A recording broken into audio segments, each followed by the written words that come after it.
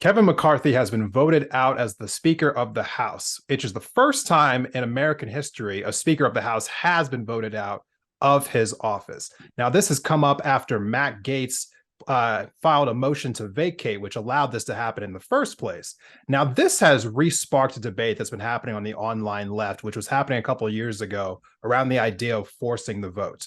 And the idea basically in premise was that the left members of the Democratic Party, specifically of the Squad, other members of the Progressive Caucus, should be in fact trying to use their leverage that they had, forcing votes like Medicare for All onto the floor, saying that they wouldn't vote for Nancy Pelosi, the Speaker of the House at the time, unless they got the extractions that they would like.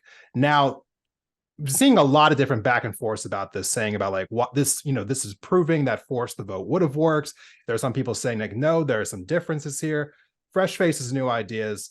Thank you again for being on the show here today. What is your take on all this? Do you think that, the Squad, members of the left, could have, essentially forced the vote like they said they could have, or do you think there was some differences here?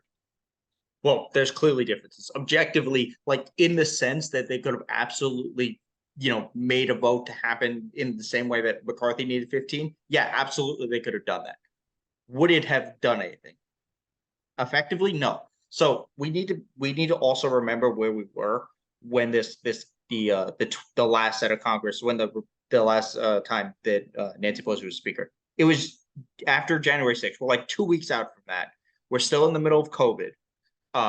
The country has basically been split because the previous president has both ignored the pandemic and has decided to foment an insurrection within the last 2 weeks. Like that's where we were coming into this vote.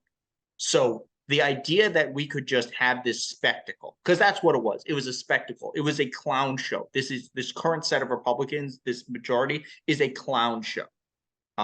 We could have had this vote and come out and looked good is just an abject, ridiculous thing. People needed help at that moment, and that would not have done it. Now, the main ask that ultimately kind of, at least the people who like, oh, this was a great idea, kind of forced, is this idea that we should have put Medicare for all on the floor.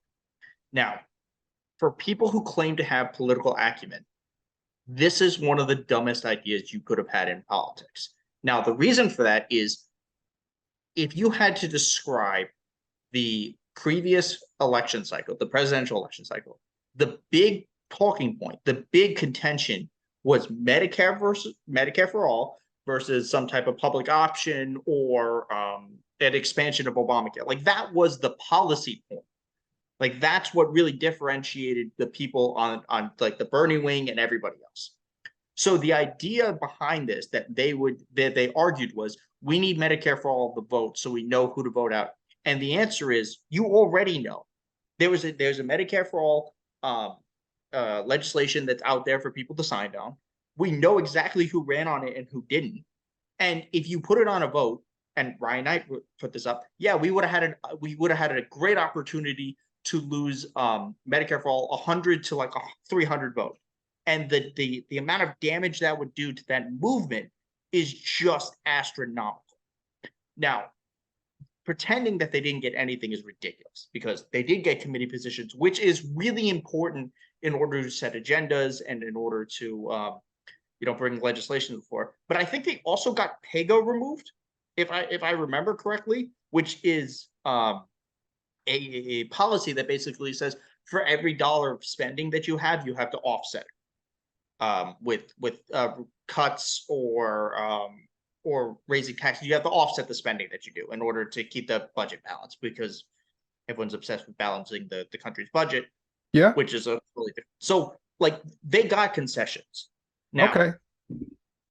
Which is fair. I do want to challenge you on a couple of these points here because I understand why some people are saying that like, hey, we just saw this work. We just saw a small group of people in a party go ahead and essentially take down the speaker who they were saying that they had some disagreements with, wasn't governing the way that they thought they should govern. And whether or not you think that it's all a clown show or not, it is undeniably one thing. It was a small group of a party being able to wield power. And the question is, should you wield that power for a good reason versus the Republicans seem like they're doing it for ridiculous reasons, but for a good reason. In this case, Medicare for all. So you talk about the mandates of, of the moment that we were having in 2021. And you were talking about and correctly talking about the time that we were going through a pandemic. So actually the perfect time to be talking about having everyone having healthcare. Now, if you're going to be talking about putting anything onto the floor at all right, well, maybe, Biden campaigned on a public option. He said it over and over and over again. But now we have the hindsight of being able to see that, since Biden's taken office, not only has he never brought a public option to the floor as legislation, he's never even said the words public option. So, yeah, I think Medicare for all is worth fighting for. And if you talk about like, oh, well, Biden was running on public option, Bernie was running on Medicare for all, Biden won. True, but when you go back and you look at the exit poll data, and I think this is incredibly important stuff here, when people would talk about why they voted for Biden, it wasn't because they were with him on the issues. In fact, people overwhelmingly said in these exit polls that they were with Bernie on the issues, that they wanted Medicare for all. In fact, a majority of people in Texas and Alabama and Virginia, not the most liberal states in the world, they said that they wanted a government-run healthcare system. So this wasn't just about that. People voted for Biden because he thought that he had the best chance of winning, not because they were really with him on his more moderate, centrist, vote. So I do think that there was some precedent there for the progressive members of the House to say, hey, the public wants Medicare for all. We need to use the leverage that we have in order to force Nancy Pelosi to put that vote to the floor. Would it have failed? Yes, it absolutely would have failed. But bringing something to the floor isn't always about whether or not it's going to pass. It's about it's about, just fighting for what you believe in. And let those people put their votes on the record if they want to vote against it. Because I think we have to just show over time they're willing to fight for something and point out the fact that some of these people in Washington are just crooked, just lobbyists taking hacks. Well, no, that's a good point that it was. I don't disagree. Like Medicare for like almost every single progressive policy is polling above 50%. Like we're right on every policy, like just across the board. We just are. If they were going to push, if you were going to push something, especially if you wanted to actually make legislation that would happen, then the argument should have been we need to put a public option on. Like that, I think I think that would have been a better way to at least move us in the direction that we wanted. Because Biden said it. He said he would veto Medicare for all if it came to his desk, which first of all is absolutely asinine. If Medicare for all passed a Democratic House and it passed the Senate with however it got there, whether it was reconciliation or a 60 vote threshold, there's not a chance in hell he would have vetoed it. Like, let's be real, that would have been such an asinine thought. It's an easy thing to say when you're campaigning because there's no chance of it passing. But if it actually landed on his desk, he would not be like that. That's insane. Let's talk about that really quickly though, because I mean, you're not wrong. It would be an asinine thing for him to do. However, this is also the same man who said that a border wall was racist. And we just saw in the last 2 days here that he is actually continuing construction of said border wall. So, I mean, this isn't exactly a guy who's known for following through on his word. We got to point out all sides of the conversation here. But all right, the border wall, but we're plugged in well enough to know there's more to it than he's like, oh yeah, there's migrants, so I'm going to do a wall. It's more complicated than that. It's still going directly against what he said. Yeah, I understand, but it's there's more caveat. It's a little disingenuous to say that he did this directly in there's more to it. This and I know. Yeah, well, okay, this is not where. So the reporting on this is basically what happened is there was an allocation of funds for this border wall in 2019, and he said when he became president, he was like, look, I'm not gonna. They were able to delay it for a couple of years. He's like, listen, I, as president, do not have the power of the purse. This is Congress's job to reallocate those funds. Mm-hmm. And they just never did. And then something with him selling it off because I think the thought process was if you sell off part of the wall and it's not there, they could repurpose the funds for something else. And ultimately that didn't happen. So this isn't like Joe Biden suddenly deciding that walls are good, because let's be clear, the way to stop the flow of immigration is not just to build the wall, because that's not going to stop it because there's push and pull factors that we actually have to deal with.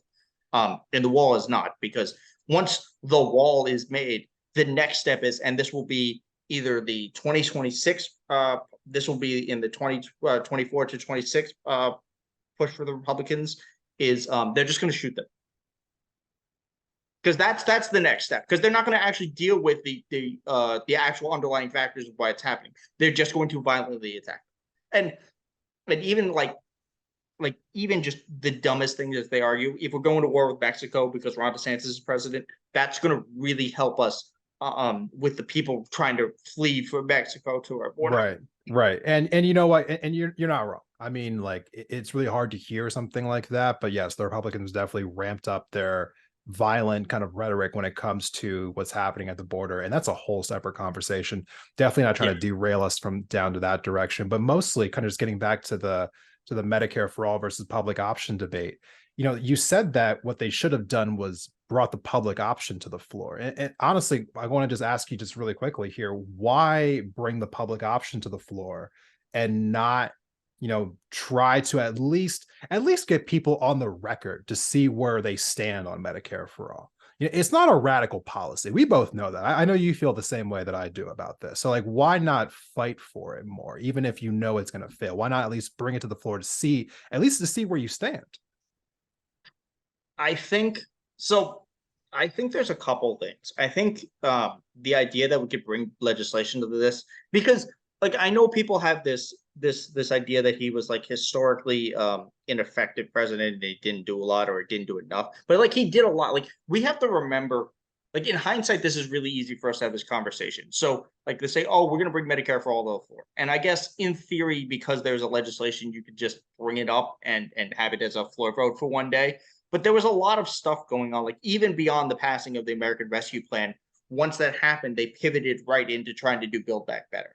So it wasn't like, so, and I think Medicare for all was part of the overall push, like an expansion of Medicare was part of the push original for the original $3.7 trillion Build Back Better bill. So it wasn't like they abandoned it completely. It was, we have to do the COVID thing first, and then they went for this larger package of just a whole bunch of progressive ideas. I mean, it's been a while since I've talked about the 3.7, the original Build Back Better, like the really good one, before Manchin and Sinema got their hands on it.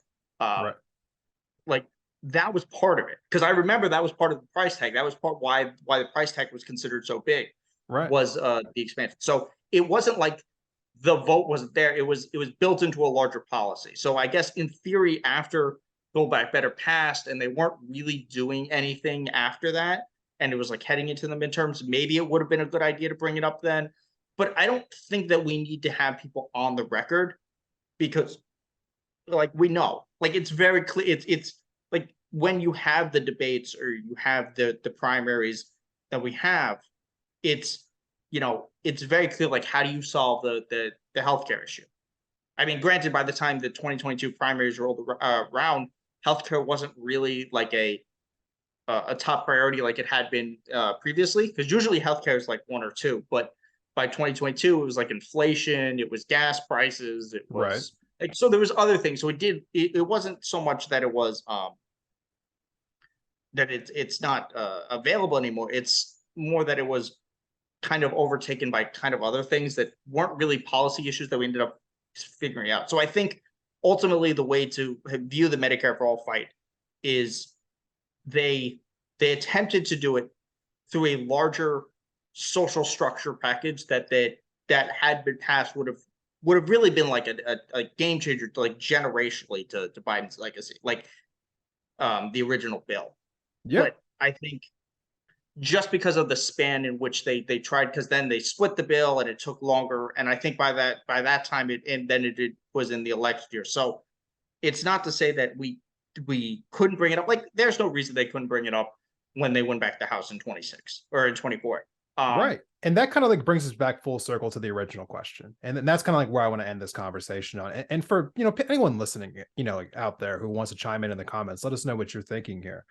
It's really the question of, is this an effective strategy? Because that's what the conversation was online. People were like, hey, we got to force the vote and make sure that we let leadership know that we're not going to confirm you as speaker unless we get some kind of agreement from you. Now, essentially, that did happen earlier this year because McCarthy was only able to become the speaker because he gave concessions to Gaetz and the Freedom Caucus, one of them being motion to vacate, which ended up biting him in the ass later. So the real question comes down to it, is this an effective strategy? I am on the opinion that it is. It really is. And I think that the Democrats who claim to be progressives, like that branch of the caucus, they need to weaponize this power. What you weaponize it for, that's up for debate. But using it in general, I think so. I really do. So I do agree. Like, obviously, if you have leverage, you should be wielding leverage. And clearly using it the way that the Republicans used it and will continue to use it is destructive because they had no policy. I think it's clearly different. No, I it's think different.